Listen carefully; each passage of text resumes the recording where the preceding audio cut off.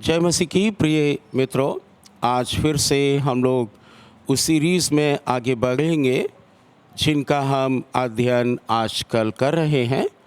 और आपको याद होगा कि हमने पहले दिन बातचीत की थी दी एंटी क्राइस्ट, यानी एक ह्यूमन पर्सनैलिटी होगी और वो क्या करेगी, कैसे पहचानेंगे आप, और उसके विषय में फिर हमने और डिटेल में बातचीत की थी। और उसके बाद हमने उसके कार्यक्रम, वो कैसा होगा, क्या करेगा, ये सब बातें बताया। और उसके बाद फिर हम लोगों ने बातचीत की थी the spirit of anti Christ. अभी एंटी क्राइस्ट जो है वो एक मनुष्य है, लेकिन जो स्पिरिट है ये ढेर सारी हैं। आपको एक चीज़ समझ में आ जाएगी ठीक से कि एक स्पिरिट एक टाइम पर एक ही जगह पर रह सकती है, क्योंकि बाइबल बताती है कि उनको बंधनों में रखा है। तो एक स्पिरिट जो है, सपोज़ अभी यहाँ दिल्ली में एक स्थान पर है, हमारी कॉलोनी में है, वहाँ स्पिरिट इसी समय दूसरी जगह नहीं हो सकती। और इसके कारण ये भी है कि वो स्पिरिट इवन पर पिता, पुत्र और पवित्र आत्मा के अलावा कोई भी ओमनी प्रेजेंट नहीं है। यानी पवित्र आत्मा यहाँ है एक समय में, और वही पवित्र आत्मा दूसरी जगह भी है, दूसरे देशों में भी है एट द सेम टाइम। पर इसको एक और तरीके से समझना है, एक व्यक्ति के अंदर कई दुष्ट आत्माएं एक ही टाइम पे रह सकती हैं। आपको याद होगा प्रभु यीशु मसीह ने मरियम मगदलीनी में से 7 दुष्ट आत्माएं निकाली जो उनके अंदर थीं एक ही टाइम पर। और फिर आपको पता है कि प्रभु यीशु मसीह ने 2000 मान सकते हो, नहीं तो 5000 मान सकते हैं, लीजन, एक सेना जो दुष्ट आत्माओं की एक व्यक्ति में भरी हुई थी। तो इन दोनों में अंतर समझना होगा। और इसलिए जब आप ये समझ जाएंगे तो आप एंटी क्राइस्ट की जो स्पिरिट है उसको आसानी से समझ जाएंगे और उसके कामों को समझ जाएंगे। तो ये आज हम लोग बातचीत कर रहे हैं कि what is the purpose and aim of the spirit of antichrist. बीच में हम स्पिरिट्स ऑफ एंटी क्राइस्ट बोलेंगे, क्योंकि एंटी क्राइस्ट की जो आत्माएं हैं, बाइबल कहती है वो अब भी काम कर रही हैं। किन लोगों में? जो आज्ञा नहीं मानते। किसकी? परमेश्वर के वचन की आज्ञा नहीं मानते, तो उनमें वो काम कर रहे हैं। या पिछले समय में वीडियो में हमने देखा था कि एक ही चर्च में 2 लोग बैठे हुए थे। एक में दुष्ट आत्मा थी जो अपने आप को बड़ा बनाता था, अपने आप को कुछ समझता था। तो यूहन्ना जो अपोस्टल हैं, उन्होंने, जिन्होंने यूहन्ना की पुस्तक और यूहन्ना की पत्रियाँ लिखी हैं और रेवलेशन भी लिखा है, उन्हीं ने कहा उसको मैं आके देखूंगा और उसे डील करूंगा। उसमें दुष्ट आत्मा थी, evil spirit, the spirit of anti Christ. लेकिन उसी चर्च में एक और व्यक्ति था जो अच्छा था, जिसकी गवाही अच्छी थी। इसलिए ये कन्फ्यूजन में ना रहे कि अगर चर्च है तो चर्च में एंटी क्राइस्ट स्पिरिट नहीं रहेगा। रह सकता है, रह सकती है, क्योंकि ऐसा देखने में आया और बाइबल भी कहती है।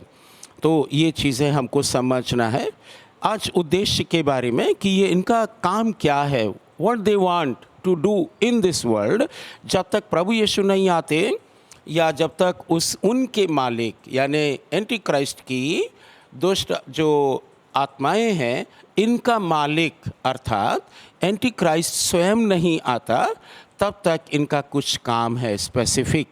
तो यहाँ हमने एक लिस्ट बनाई है और यहाँ पर लिखा है the spirit of Antichrist in Christian theology aims to undermine the authority of Jesus Christ.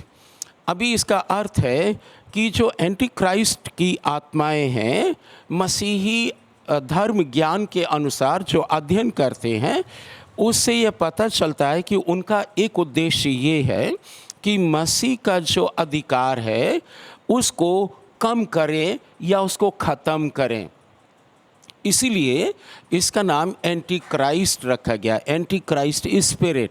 ये किसी और धर्म और किसी और जो सेक्ट है, मत है, या किसी प्रेसिडेंट के बारे में एंटी नहीं बताया। उदाहरण के लिए हम कहते हैं कि ये एंटी ट्रंप नहीं है, लेकिन ये एंटी क्राइस्ट है, मसीह के विरोधी है, तो इनका अंडरमाइन करना है।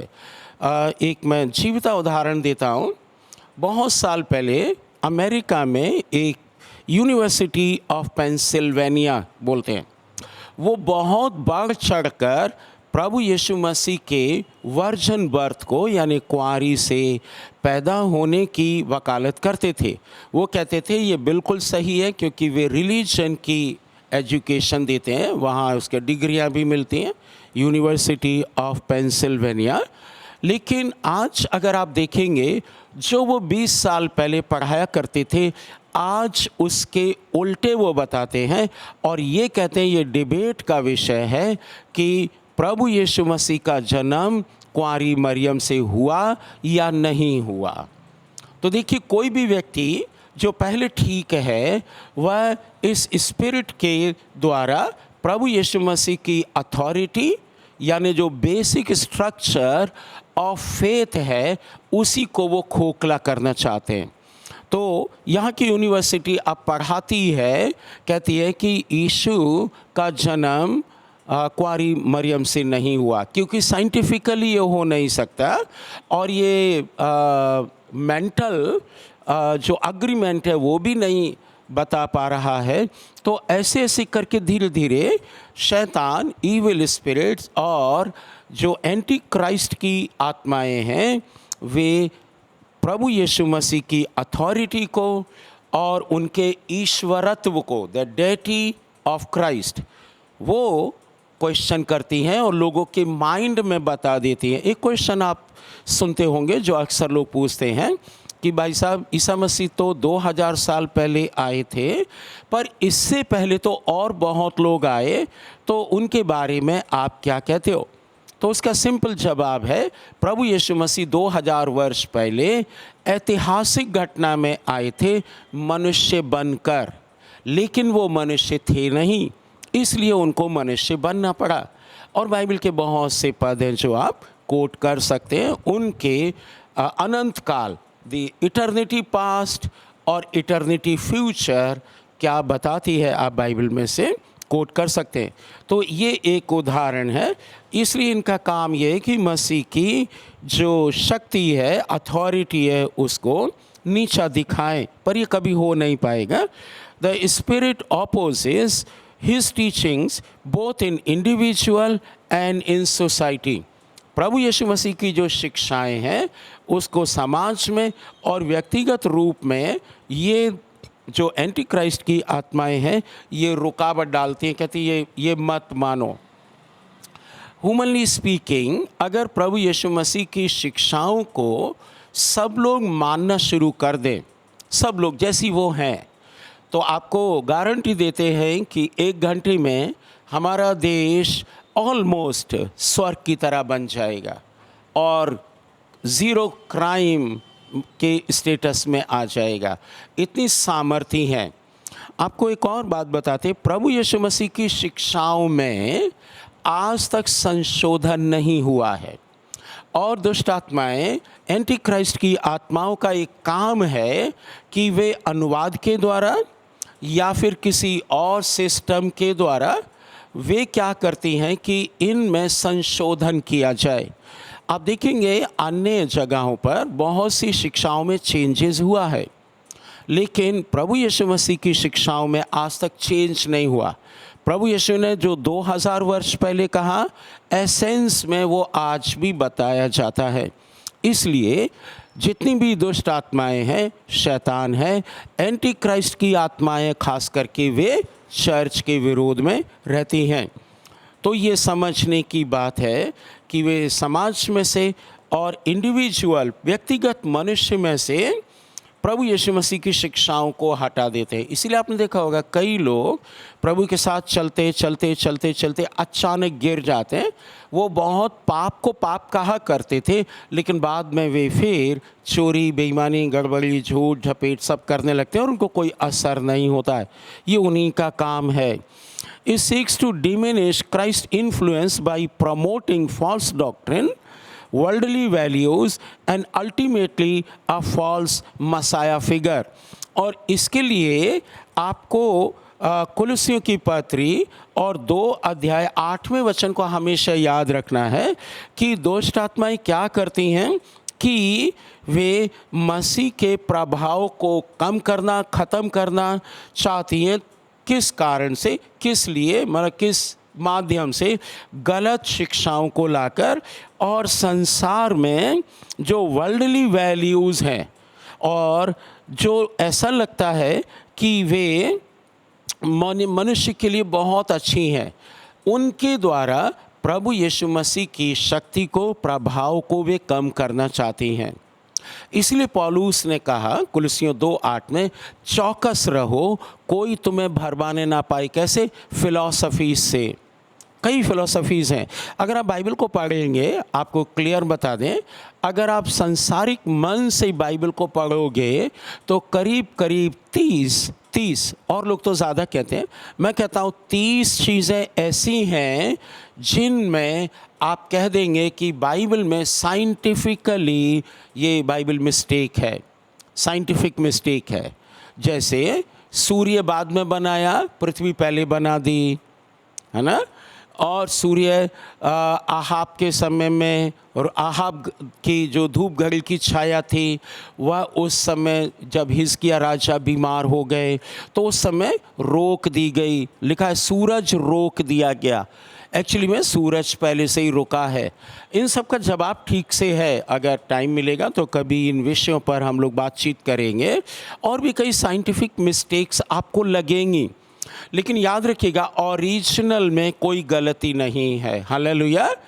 अनुवाद में कहीं कहीं ऐसी बात हो जाती है कि हर एक युग और हर एक कम्युनिटी की भाषा उस युग से लिमिटेड होती है, सीमित होती है। इसीलिए कई जगह संशोधन किया जाता है केवल भाषा के कारण।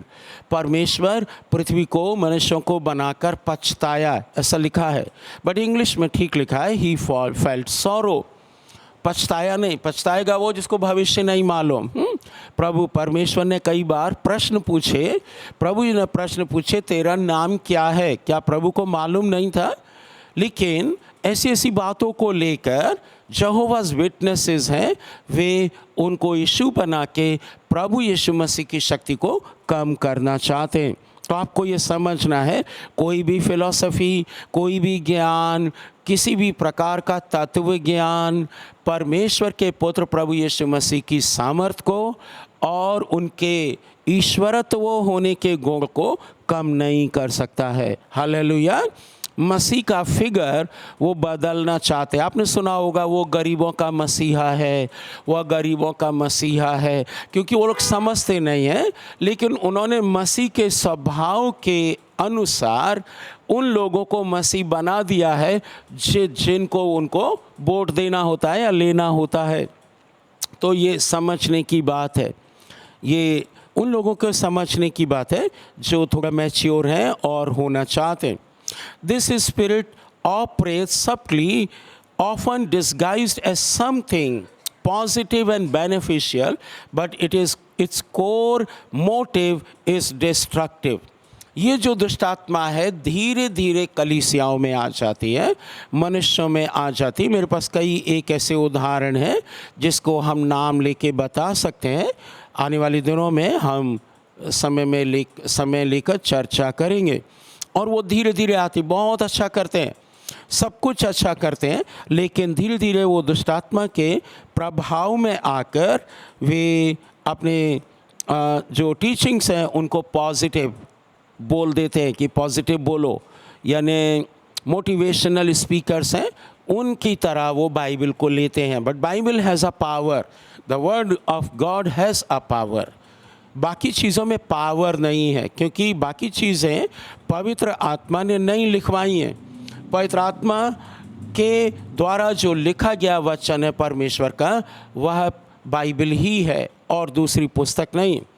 लेकिन ये इनका जो उद्देश्य है वो विनाशकारी होता है। थोड़े समय के लिए लगेगा अच्छा है, आपने देखा होगा कुछ लोग जादू टोना तंत्र मंत्र कर देते हैं, उससे एक पार्टी को फ़ायदा हो जाता है, लेकिन उनका कोर जो उद्देश्य है, खास उद्देश्य है, वो किसी को नाश करना है, नाश करना। बाइबल का ये उद्देश्य नहीं है, पवित्र आत्मा का ये उद्देश्य नहीं है। और अगला पॉइंट है, their whole purpose and efforts are to easily let their master the Antichrist come and rule this world through church. Antichrist क्या करेगा? बाइबल कहती है वो मंदिर में बैठ जाएगा, जाकर यरूशलेम के मंदिर में, और कहेगा मैं परमेश्वर हूँ। लेकिन इन दुष्ट आत्माओं का, एंटी क्राइस्ट स्पिरिट्स का स्पेसिफिक काम ये है कि वे अपने मास्टर, अपने स्वामी, अपने मालिक एंटी क्राइस्ट को इस दुनिया में आसानी से लाकर चर्च के द्वारा पूरी पृथ्वी पर राज्य कराना चाहते हैं। चर्च पहले इन्फ्लुएंस हो जाएगा, अगर चर्च को पकड़ लिया उन्होंने तो फिर संसार पे राज्य करना आसान हो जाएगा। लेकिन आपको पता है परमेश्वर बहुत बुद्धिमान है, परमेश्वर बहुत बुद्धिमान है। परमेश्वर ने कहा कि तू चर्च के ऊपर तो रूल कर नहीं पाएगा 7 साल तक, प्रभु यीशु की कलीसिया पहले ही उठा ली जाएगी और वो रेल सी देखता रह जाएगा। पर मेरा जो प्रश्न है वो ये भी है, आपको और मुझको तैयार रहने की आवश्यकता है। इन चीज़ों को अभी से समझ लें ताकि जब समय आए तो आपको और हमको इधर उधर ना भागना पड़े। Why they target church and its pastors and leaders? Because pastors and leaders are human being, और एंटी क्राइस्ट भी ह्यूमन बीइंग होगा। क्यों? शैतान और दुष्ट आत्मा और ख़ास करके एंटी क्राइस्ट की आत्माएं चर्च में क्यों घूमती हैं, चर्च के लोगों को क्यों प्रभावित करती हैं, पास्टर जी लोगों को क्यों, लीडर्स को क्यों करती हैं? क्योंकि लीडर्स और पास्टर्स और चर्च के लोग अभी ह्यूमन बॉडी में हैं, हमारे पास शरीर है, और ऐसे ही शरीर में एक व्यक्ति आएगा जिसको एंटी क्राइस्ट कहते हैं। इसलिए ह्यूमन पावर को अगर वो कंट्रोल कर लेगा, दुष्ट आत्माएं कंट्रोल कर लेंगी, तो उनका जो मालिक है वह आसानी से आ जाएगा। और आप देख सकते हैं इन दिनों में कि ये ऐसी बातें चल रही हैं क्योंकि वह संसार पर रूल करने के लिए तैयार बैठा है। बाइबल बताती है, उसका जन्म के बारे में कुछ बताया नहीं, लेकिन ये कहा कि वो अचानक प्रकट होगा। प्रभु यीशु मसीह के जन्म के बारे में पूरी सूचना मिल गई, कैसे जन्म होगा। इवन 700 साल पहले यशाया भविष्यद्वक्ता ने भविष्यवाणी कर दी। पर इसके विषय में, एंटी क्राइस्ट के विषय में कोई ऐसी स्पेसिफिक भविष्यवाणी नहीं है। केवल यूहन्ना ने बोला है जो प्रभु यीशु के चेले थे, और इधर प्रेरित पौलुस ने बोला है। बाकी और लोगों ने बोला नहीं है उतना खुल के, लेकिन दोनों ने बताया कि ये ह्यूमन होगा, मनुष्य होगा। इसीलिए वह मनुष्य, मसीह के जो लोग हैं जो शरीर में, उनके विरोध में रहता है, ताकि वह अगर चर्च को कंट्रोल करने में सफल हो जाता है तो वो धीरे धीरे क्या करेगा कि अपनी बातें, यानी जो स्पिरिट्स हैं, अपनी बातें चर्च में डाल देंगे। इसके लिए हम एक वचन पढ़ सकते हैं तो और आपको ठीक लगेगा जो इन दिनों में हो रहा है। इसको पढ़ेंगे 2 तीमुथियुस 3 अध्याय और 1 से 5 तक। यहाँ पर लिखा हुआ है, प्रेरित पौलुस प्रेरित तीमुथियुस को कह रहे हैं, जो यंग पास्टर हैं एक कलीसिया के, वो उनको शिक्षा दे रहे, चेतावनी दे रहे हैं। लेकिन ये क्योंकि अंतिम दिन में हम लोग रह रहे हैं तो ये हमारे और आपके लिए बहुत रेलिवेंट है, बहुत उपयोगी है। यहाँ पर लिखा हुआ है, पर ये स्मरण रख कि अंतिम दिनों में कठिन समय आएंगे, क्योंकि मनुष्य, आप लिख सकते हैं, उस पर सर्कल कर सकते हैं, स्वार्थी, लोभी, डींगमार, अभिमानी, निंदक, माता पिता की आज्ञा टालने वाले, कृतज्ञ, कृतज्ञ मतलब अनग्रेटफुल, एहसान ना मानने वाले, अपवित्र, दया रहित, क्षमा रहित, दोष लगाने वाले, असंयमी, कठोर, भले के बैरी, विश्वासघाती, ढीठ, घमंडी और परमेश्वर के नहीं वरन सुख विलास ही के चाहने वाले होंगे। वे भक्ति का भेष तो रखेंगे परंतु परमेश्वर की शक्ति को नहीं मानेंगे। ऐसों से दूर रहना। यहाँ अगर मैंने गिना है तो मेरे में 18 और लास्ट में एक 19 बातें हैं। अब इन 19 बातों को आप आंखें उठाकर देखिए आपके आसपास हो रही हैं। ऐसे लोग हैं जो लोभी हैं, डींग मार हैं और इतनी बातें 19 यहाँ पर लिखी। इनमें से मैक्सिमम आपको अपने आसपास मिल जाएंगे। डींग मार, कठोर, क्षमा रहित, लालची, ये सब आपके आसपास मिल जाएंगे। चाहे कहीं भी आप रहते हो, किसी भी देश में रहते हो, किसी भी स्टेट में रहते हो, ये वहाँ पर हैं लोग। चालाक हैं, चोरी करने वाले, बेईमानी, झूठ बोलने वाले, इस प्रकार के। तो ये कौन सी आत्मा का काम है? ये एंटी क्राइस्ट की आत्मा का काम है जो मनुष्यों को प्रभावित कर रही है। और प्रेरित पौलुस ने क्या कहा? अंत के समय में कठिन समय आएंगे। अंत के दिनों में कठिन समय आएंगे। इंग्लिश वर्जन और अच्छा कहता है, the perilous times will come. ऐसे टाइम जो आपको और हमको पीस देंगे, मनुष्यों को पीस देंगे। और आप देखो आजकल ऐसा हो रहा है कि नहीं। ये एंटी क्राइस्ट की आत्माओं का काम है।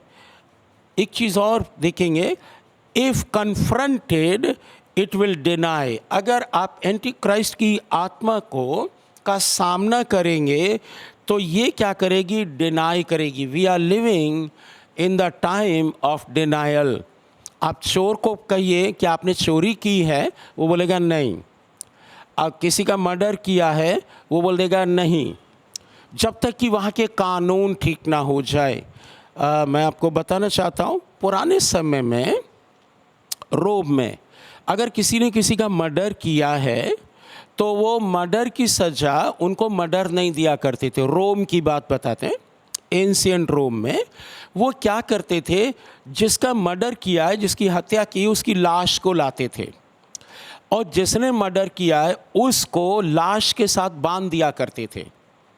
और लाश तो क्योंकि उसमें जीवन नहीं है, वो धीरे धीरे स्टिंकिंग, बदबू आने लगती, पेट फटने लगता और ये व्यक्ति बंधा रहता था उसके सामने। और क्या होता था कि ये उसके स्मेल से, उसकी बदबू से ये व्यक्ति तड़प तड़प के मर जाता था। ये उनका तरीका था। लेकिन ये डिनाई करने का एक परिणाम है। जो स्पिरिट हैं, खास करके उनके पास शरीर नहीं है, इसीलिए उनको आत्मा कहा जाता है। वे आसानी से मनुष्यों के दिमाग को वह प्रभावित कर देती हैं। इसीलिए जो हमारा जो बैटल फील्ड है वो दिमाग होता है। प्रेरित पौलुस ने रोमियो 12 में कहा, अपने माइंड को रिन्यू कीजिए एवरी डे। ये माइंड क्या बोलता है? ये राशनल होता है, ये जजमेंटल होता है। ह्यूमन माइंड जो है, मनुष्य का जो माइंड है, वह अदन की वाटिका तक बिल्कुल अच्छा था, 100%। आज वैज्ञानिक बोलते हैं कि 98% जो दिमाग है वो डेड हो गया है, ओनली 2% इज़ वर्किंग। और आप देख लो कि 2% दिमाग होने के बाद भी मनुष्य ने कितना आगे तक काम कर दिया है। ये क्योंकि राशनल है। 85% human mind is rational, judgmental, इसलिए इसको कंट्रोल करना मुश्किल होता है। इसीलिए बाइबल कहती है कि परमेश्वर के वचन को अधिकाई से बसने दो। पुराने नियम में दाऊद राजा ने भी कहा, मैंने तेरे वचन को अधिकाई से रखा है ताकि तेरे विरुद्ध पाप ना करूं। जितना ज़्यादा वचन होगा, जितना ज़्यादा आप ऐसे एनवायरनमेंट में रहेंगे, माहौल में रहेंगे, तो आपका माइंड परमेश्वर की बातों को ठीक से समझ पाएगा और अग्री हो जाएगा। लेकिन ये माइंड को कंट्रोल करना कठिन काम है। माइंड को खाली करने के लिए नहीं बोलते हम, क्योंकि वह एक दुष्ट आत्मा की प्रक्रिया है। Never empty your mind, renew your mind, ये बाइबल की शिक्षा है। तो धीरे धीरे क्या करता है ये दुष्ट आत्मा, हमारे और आपके जो माइंड है उसको डिसेप्शन से, धोखे से भर देता है। जो सही है उसके विरुद्ध में हम विश्वास करने लग जाते हैं। और ये जो स्पिरिट है ये counterfeit to the holy spirit बन जाता है। मेरा एक अनुभव है, कई एक अनुभव है बट एक ही बताएंगे। कई वर्ष पहले हम अपने कलीसिया में थे हरियाणा में, और वहाँ उस लड़की में कभी दुष्ट आत्मा नहीं आई। करीब 30 किलोमीटर से उसको लेके आए, और जब वो लेके आए तो मैं वहाँ था, नहा धो के मैं दिल्ली आ रहा था वापस, लेकिन ये बात किसी को नहीं पता थी, किसी को नहीं मालूम थी। लेकिन हुआ क्या कि वो लेके आए, उस लड़की का नाम है सुमन, और वो 30 किलोमीटर से जब आई तो एकदम दीवार के सामने चिपक गई, और ऐसा उसने बना लिया क्रूस का निशान, और बोल रही थी मैं यीशु मसीह हूँ। तो मैंने कहा यीशु मसीह तो अभी नहीं आएंगे। तो आसपास जो लोग खड़े थे उनके कारण, उनके विश्वास को बढ़ाने के लिए हम कुछ कुछ बातें पूछते हैं। मुझे मालूम है कि वो काउंटरफीट स्पिरिट है, बनावटी है, नकली है, वो पवित्र आत्मा नहीं है, वो दुष्ट आत्मा है। परंतु उसने कहा देखो मेरे हाथों में कीलों के निशान हैं, और मैं मसीह हूँ, मैं आ गई हूँ, अब मैं दंड दूंगी सबको, और मेरा सिंहासन इज़राइल में लगाया जाएगा। मैंने कहा कि ऐसा नहीं हो सकता, क्योंकि प्रभु यीशु ने ये कहा कि मैं बादलों पर आऊँगा, और उससे पहले हम और आप जो मसीह के लोग हैं ऊपर उठाए जाएंगे, मुर्दे जिंदे हो जाएंगे जो मसीह में। ये तो हुआ नहीं। तब फिर वो और कुछ कुछ बोलने लगे, नई विश्वासी थी, थोड़ा ही जान पाई थी, और ऐसा ऐसा करके वो बहुत बातें बताने लगी। और एक इंटरेस्टिंग बात आपको बताते हैं, मैंने नहीं बताया था किसी को भी, लेकिन उसने बता दिया कि आप अभी ये सोच रहे हैं कि 20 दिन के बाद फिर आप हरियाणा आएंगे। उसको ही मालूम हो गया। कैसे मालूम हो गया? क्योंकि उसकी स्पिरिट्स जो होती हैं वो इन्फॉर्मेशन ले आती हैं, इन्फॉर्मेशन ले आती हैं। तो वह स्पिरिट जो है एंटी क्राइस्ट की, ताकि मुझे झकझोर दे और मुझको ये सोचने पर मजबूर कर दे कि जो विश्वास यीशु मसीह पे हम करते हैं वो गलत है, हम उनकी बातों पर विश्वास करें। तो वो ऑलमोस्ट वो काम कर सकती है जो चिन्ह और चमत्कार प्रभु के लोग करते हैं। ये उसमें ताकत है, इन्फॉर्मेशन उसके पास होती है। तो ये समझने की आवश्यकता है। अगर मसीह हैं आप तो आप इन चीज़ों को ठीक समझ पाएंगे। और अगला पॉइंट हमने लिखा है कि उनका उद्देश्य ये है कि मसीह की कलीसिया में एक तो नफ़रत पैदा कर दे, डिस्कॉर्ड बोलते हैं, मतलब ऐसे बीज बो दे कड़वाहट के कि एक मसीह दूसरे मसीह से नफ़रत करने लगे। और क्या करने लगे? झगड़ा करने लगे, एक दूसरे से नफ़रत करेगा, कंपटीशन करेगा, एक दूसरे की बुराई करेगा, और क्या करेगा? मसीह की कलीसिया को वह कमज़ोर कर दे। ये उसका काम है।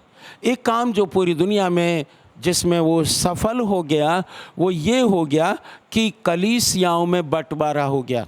आपको याद होगा प्रभु यीशु ने पतरस को बोला था मैं इस पत्थर पर कलीसिया बनाऊंगा। लेकिन इसके बाद कितनी कलीसियाएं बन गईं आपको पता है। प्रभु यीशु ने कभी भी मेथोडिस्ट चर्च नहीं बनाया, बैप्टिस्ट चर्च नहीं बनाया, कैथोलिक चर्च नहीं बनाया, चर्च ऑफ क्राइस्ट नहीं बनाया, और लूथरन चर्च नहीं बनाया, पेंटिकॉस्टल चर्च नहीं बनाया, सीलोन पेंटिकॉस्टल नहीं बनाया, ब्रदरन चर्च नहीं बनाया, कैरिस्मेटिक चर्च नहीं बनाया, CNI प्रेस्बिटेरियन और ये सब नहीं बनाए। प्रभु यीशु ने केवल चर्च बनाया। हालेलुया। पर ये हुआ क्या कि किसी के मन में कुछ आया और उसने इस सिद्धांत को लेकर एक कलीसिया बना दी और उनका नाम रख दिया। ये सारी कलीसियाएं बुरी नहीं हैं, परंतु ये हुआ क्या कि स्ट्राइफ और डिस्कॉर्ड का एक बीज बो के चला गया, कड़वे दाने, और सारी कलीसियाएं अलग अलग हो गईं। और कई कलीसियाएं तो इतना कठोर हैं, वो ये कहते हैं कि मैं तो बैप्टिस्ट पैदा हुआ हूँ और बैप्टिस्ट ही मरूंगा, है ना। होना क्या चाहिए? मैं पापी पैदा हुआ था, प्रभु यीशु मसीह में विश्वास करके अब मैं विश्वासी हूँ और अब मैं विश्वासी होके स्वर्ग में जाऊंगा। ये स्टेटमेंट अच्छा है। नहीं तो ये क्या हो रहा है, एक के बाद एक, एक के बाद एक, एक के बाद एक सिद्धांत पर लेकर लोग कलीसिया बना देते हैं। पर इसके अलावा भी एक प्रॉब्लम है कि फिर एक कलीसिया के लोग दूसरे से नहीं मिलते हैं। कई बार उनको मना किया जाता है कि आप उनके घर नहीं जाना, अब वो हमारे कलीसिया के भाग नहीं है। ये गलत शिक्षा है, ये एंटी क्राइस्ट की स्पिरिट है। स्वर्ग में सारे चर्च में से जितने भी मैंने नाम लिए, उनमें से वे सब लोग जाएंगे जिनके पाप प्रभु यीशु ने क्षमा किए हैं। चाहे वो मेथोडिस्ट के हों, चाहे पेंटिकॉस्टल के हों, चाहे रोमन कैथोलिक के हों, चाहे ब्रदरन के हों, वे वहाँ पर आपको मिल जाएंगे जिनके पाप प्रभु यीशु ने क्षमा किए। जिनके पाप क्षमा नहीं किए हैं, वे इन सब कलीसियाओं में 10 कलीसियाओं के भागीदार बने भी रहें तो भी वे स्वर्ग में नहीं पहुंचेंगे। हालेलुया। तो मैं समझता हूँ उन बातों को आप ठीक से समझ पा रहे हैं। और इन दुष्ट आत्माओं का काम, एंटी क्राइस्ट जो दुष्ट आत्मा है, इनका काम कलीसिया में गड़बड़ी डालना भी है, कन्फ्यूजन डालना, डिवीज़न डालना। आपको याद होगा कुरिन्थियों की कलीसिया में प्रेरित पौलुस ने कहा कि कोई कहता है अपोल्लोस का, कोई कहता है पौलुस का, कोई कहता है पतरस का, थोड़े से लोग हैं जो कहते हैं मसीह के। तो वहाँ कितना गड़बड़ी थी। एक ही चर्च में 4 ग्रुप थे और ये 4 ग्रुप सारे के सारे गड़बड़ी कर रहे थे। तब प्रेरित पौलुस आए और उन्होंने ठीक किया। उन्होंने कहा ह्यूमन माइंड से कलीसिया नहीं बनी है, परमेश्वर के जो नियम हैं उनको मानो, उससे काम चलेगा। और तब उन्होंने वहाँ पर ठीक किया। वैसी समस्या आज भी है। अगर डिवीज़न शैतान नहीं कर पाता तो रॉन्ग टीचिंग ले आता है। हमारे यहाँ एक सिस्टर आती है कभी कभी, थोड़ा बहस करने में बहुत आगे है, बाइबल कभी नहीं पढ़ती और उसका मालूम नहीं वो कहाँ से है, क्या करती है, नया जन्म हुआ है या नहीं हुआ, लेकिन बहस करने में बहुत आगे है। पिछले साल उसने हमारे यहाँ बता दिया लोगों को छिप छिपा के कि प्रभु यीशु मसीह नवंबर में आ रहे हैं 2024 में। और आज देखिए अभी अगस्त का महीना ख़त्म होने वाला है, अर्थात ये समय निकल गया है और अभी तक मसीह नहीं आए हैं। लेकिन उसने ये कह दिया अब कि अब सितंबर में आएंगे प्रभु यीशु। और ऐसे करके वो कन्फ्यूजन की स्पिरिट लेके आती है, कन्फ्यूजन कर देती है और लोगों को परेशानी होती है, नए लोगों के लिए मुश्किल पड़ जाता है। तो हम लोग उसको मना करते हैं कि कन्फ्यूजन क्रिएट ना करो, परंतु वो नई फ़िलॉसफी कहीं कहीं से ले आती है जो बाइबल से मेल नहीं खाती है। और उससे पूछा कि ये कहाँ से आपको इन्फॉर्मेशन मिली, बाइबल में तो प्रभु यीशु ने ऐसा नहीं कहा। तो वो बोलती नहीं, यरूशलेम से मेरे पास आई है। ये एक एंटी क्राइस्ट स्पिरिट का काम है। तो आज हम इतना ही बोलेंगे। यहाँ पर आपको समझ जाना चाहिए कि एंटी क्राइस्ट स्पिरिट क्या क्या करती है और उसका उद्देश्य क्या है, कलीसिया को कमज़ोर करना। यदि आप कलीसिया के भाग हैं, आप इन चीज़ों को समझिए और अपनी कलीसिया को मजबूत बना सकते हैं। चाहे आप विश्वासी हैं, पास्टर हैं या लीडर हैं, कुछ भी हैं, कलीसिया को मजबूत बनाइए और इस स्पिरिट का आप पुरजोर परमेश्वर के वचन की अंडरस्टैंडिंग में, परमेश्वर के वचन की सामर्थ्य में, पवित्र आत्मा की सामर्थ्य में और ज्ञान में इसका खंडन कीजिए, विरोध कीजिए, तो ये चली जाएगी। परमेश्वर आपको बहुत आशीष देवे। जय मसीह की।